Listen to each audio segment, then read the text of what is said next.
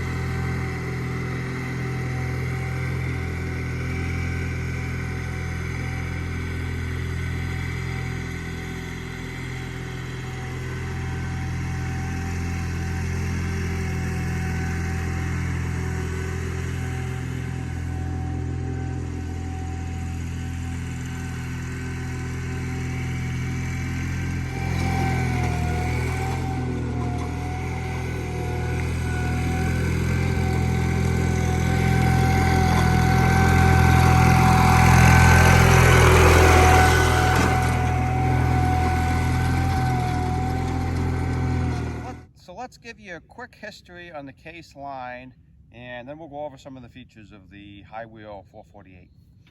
So there was a pair of brothers in the 1960s, early 1960s, specifically I believe it was 62. The Johnson brothers came up with a Colt garden tractor line. It was very unique in that it had the Colt-o-matic hydraulic system for powering the tractor rather than a set of gears like most garden tractors had of the time. So the two brothers were more inventors than businessmen, and they really didn't have the means to develop the line to where they wanted or needed to go. So in late 1964, they got taken notice by J.I. Case, which was a huge tractor corporation. They were looking to get a garden tractor line to compete with some of the other brands. So they purchased the Colt line, they renamed it Case, and they named it High Drive System instead of the Colt-o-matic. So that continued for approximately 2 decades until 1983, when a fellow named Jack Ingersoll purchased Case, renamed it Ingersoll, and then in, I believe, 2008, 2009. and then in around the mid-1990s, I'm not sure the exact year, a German company, Rothenberger, purchased Ingersoll, and they operated it, kind of floundered it honestly, didn't do much improvements or any marketing, and then finally in 2005 it was bought out by Eastman Industries, which is a fellow by the name of Nick up in Portland, Maine, and they were actually in the process of doing some cool things with the line, and unfortunately the owner ended up getting in a serious accident, ended up passing away not that long ago. But so Case was one of the last garden tractor brands that really was left, and now there are no more. So it's kind of a sad story, but it's a similar story to a lot of the garden tractor brands, such as Wheel Horse, Boland's, Cub Cadet. They all kind of went the way of the dinosaur, and the reason you see people buying zero turns like I bought, because you really can't find garden tractors like this new anymore. And it gets to a point where a tractor is 30, 40 years old. It's fun to use, but to rely on it for something weekly sometimes can be a little bit of a pain if you have other commitments. You might have a family, a full-time job, you know, things that you have to do, so you can't spend all your time tinkering on old tractors. But let's go over some of the features. So one of the claims to fame for the high wheel series, well, first let's discuss the series. There was 2 basic series. There was the Low Pros, which had 12-inch back rims, which most garden tractors have, 23-inch tall tires, and then you had the high wheelers like this. They had an 8 by 16-inch tire, which is actually about a 31 to 32-inch tall tire. That's a truck tire, if you weren't aware. So when people think Case Ingersoll, a lot of them think the high wheel series like this.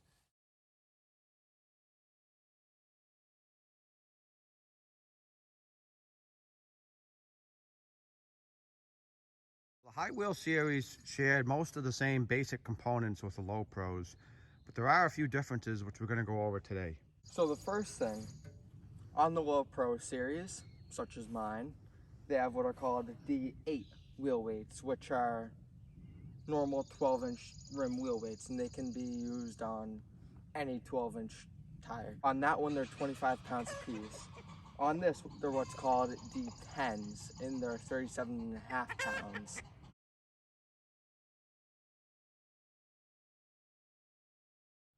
So they weigh an extra 12.5 pounds per plate, and they fit on 16-inch rims. And one thing you'll see a lot regarding wheel weights is people use old combine weights from the front of big farm tractors. There'll be one big weight, you know, anywhere from 130, maybe up to 170 pounds per weight. And they'll use those on these high wheel case Ingersoll tractors.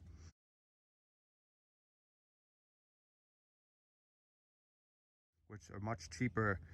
These factory D10 plates with the 6 holes you see are pretty expensive. I see them as much as $100 per disc.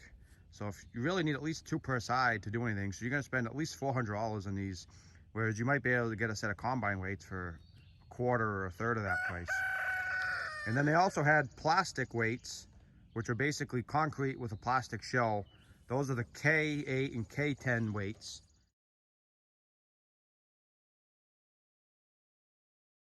And those are much cheaper. I believe the 12-inch versions are 50 pounds and the 16-inch versions are 75 pounds. So those are another option. Having 2 discs combined. And since we're in the discussion of weight, another option is a lot of them came with 3-point hitches, and all of them are going to have this tow hitch here. So you can bolt weight boxes, or even you could bolt any kind of weight to the back, and that would also suffice.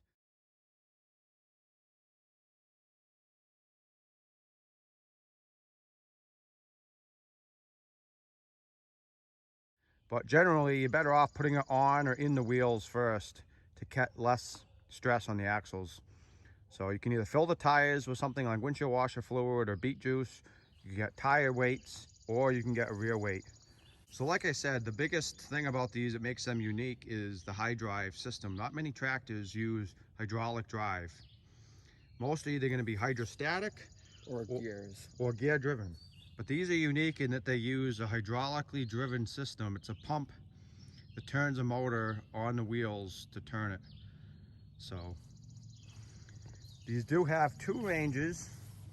As you can see there's a high and there's a low range, which you saw me going earlier. The high range in these goes About 8.6, 8.7. about, yeah, I believe it's between 8.5 and 9 miles an hour on high wheelers. And the low pros, it's 9.5. Yeah, the low pros actually go a little faster in high range than these do, because they have a different motor on the wheels. And it's geared, these are geared a little lower. There is one exception to that though, and that is the torque tractors, which were low pros. They were 224s, but they had high wheeler. Yeah, the torque, it was a special series. It was very limited in run. And they're said to have higher torque motors, but I've never owned one. I've only read about them and seen pictures of them online, so I don't really want to spread false information, but they are said to have higher torque motors.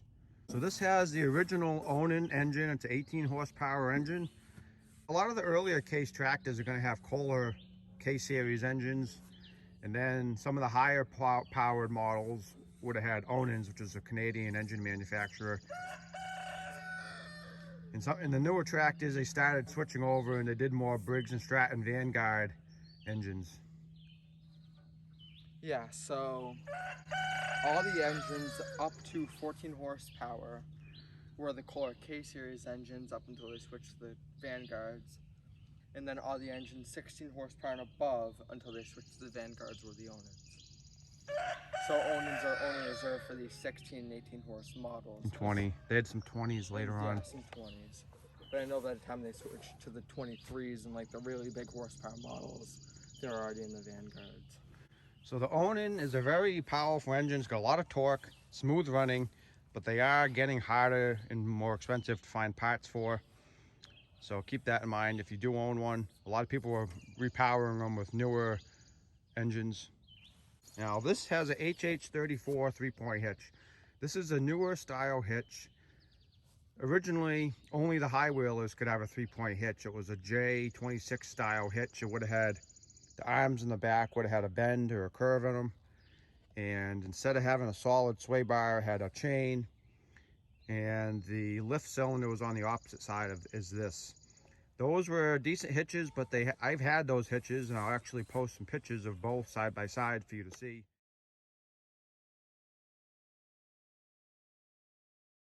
The earlier style hitches weren't quite as heavy duty. I believe they weighed around 50 pounds versus this hitch is more like 80 pounds. They had a much worse side to side sway system, and in general I just like this style better. And so they came up with the HH34s to fit any of the series. These will fit the low pros, they'll fit the high wheelers, and they'll also fit the high loaders, which are the designated bucket series like the 644, 646, 648.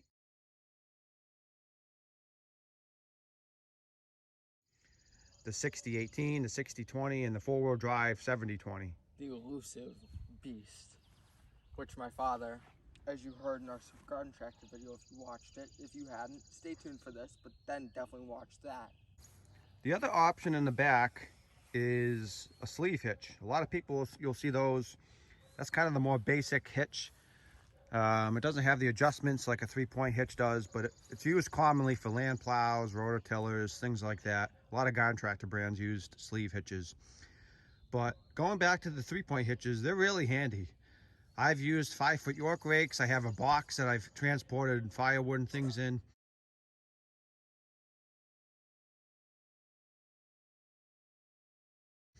And I've easily picked up 400 or 500 pounds in this 3-point hitch, which I would say, realistically, the hitch is probably more powerful than the tractor is going to be able to offset. You're going to end up picking the front end up and losing your steering ability before you're going to run out of grunt from the 3-point hitch.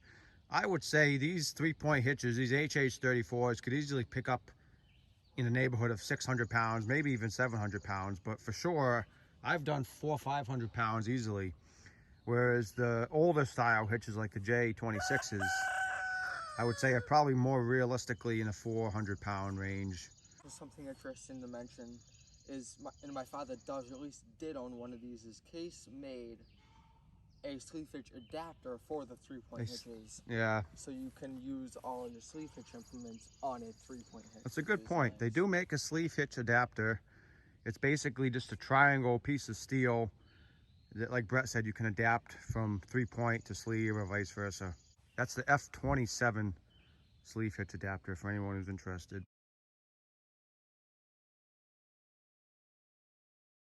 But you could make your own fairly easily. I believe there's also people you can find on eBay and whatnot that make aftermarket versions. So this tractor does have hydraulic lift, which is handy for picking up the 54-inch snow plow. They also have 48-inch snow blowers. There was a lot of different tractor implements they offered for these. Because they had the hydraulic drive, they were able to tap off of that and run hydraulic PTOs for rear implements. So just to name a few implements they had, other than the common ones like snow plows, snow blowers. Yeah, they also had 3-point wood chippers. They had splitters, wood splitters. They had hydro cutters, which was a rough cut mower. It's like a brush hog for the back. They have rear finish mowers. They have a lot of cool implements. They actually have they call it a batwing mower. It's a huge mower that you tow behind the machine, and it cuts, in addition to the 4-foot deck, it cuts another multi-foot swath. So every pass, you're cutting, 8-9 feet, somewhere in that area. But those are exceptionally rare. You don't see a lot of those mowers. I've never seen one in person. I have owned a hydro cutter. I have a rototiller, the snow plow, snow blower, decks. But I believe you owned one of them too. I had a hydro bagger. They had some cool implements for these tractors. Yeah, So in the front they have what they call the snap fast system. It's pretty simple. There's just a couple of pins that you pull. This is a mule drive for the mower deck, but you could easily put your new implement on, have it hooked up in only a matter of maybe 1 or 2 minutes. So one of the things I really like about these tractors, these high wheelers in particular, is they have that farm tractor look with the big rear tires and the walk through, center station there. They don't have gear drive transmission, so they don't need anything, to build a hump around in the middle. So you can they're much easier to get on and off of than a lot of the other garden tractors of other brands. Yeah, like I will admit, getting onto and off of the Sears, which as you know is gear drive, it's a little bit of a pain trying to get my foot over that hump. So the series really didn't change that much year to year. Some of the biggest differences are going to be the engine choices And then the front end. and the fenders. You're going to notice earlier ones are going to have more just this one fender piece, and then they started coming further down, and eventually they connected fully to the footrest. So I think the last thing we're going to talk about is one of the Achilles heels of these tractors that a lot of people talk negatively on, and that is going to be that they run away on hills. So they started incorporating add-on holding valve kits in the 1970s, the late 1970s, that you could add on to these tractors, and they also extended the wheelbase by 2 inches for these high wheelers. They went from a 46 to a 48-inch wheelbase, which is the center of the tire to center of tire. And the reason they did that was to allow for the 60-inch mowing deck, which they couldn't fit on the earlier shorter wheelbase models. And then, so going back to the holding valves, they started off as an add-on kit that you could add into the hydraulic system. And then starting in around, I believe, 1985 or so, they started incorporating it into the control valve. So every tractor came standard with a holding valve built into the control valve. So it was no longer add-on kit, it was standard equipment. Is this one built in? This one does have the built-in holding valve. These are a really rugged tractor. I'm going to post up some pictures of different trailers I've pulled and different things I've done with it.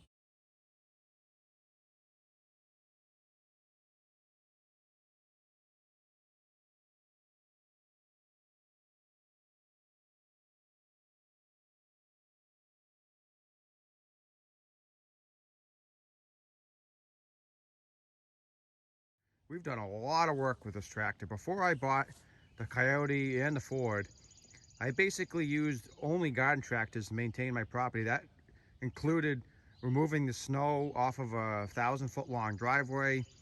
That included expanding this backyard by about an acre, which meant cutting trees, hauling wood.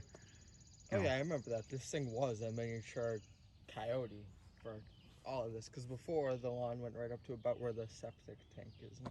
So as we said, this tractor is 35 years old, and it's honestly probably going to go another 35 years. They're built like tanks. Nothing on it is cheap. It's all heavy duty. So we hope you've enjoyed today's video on the Case Ingersoll 448.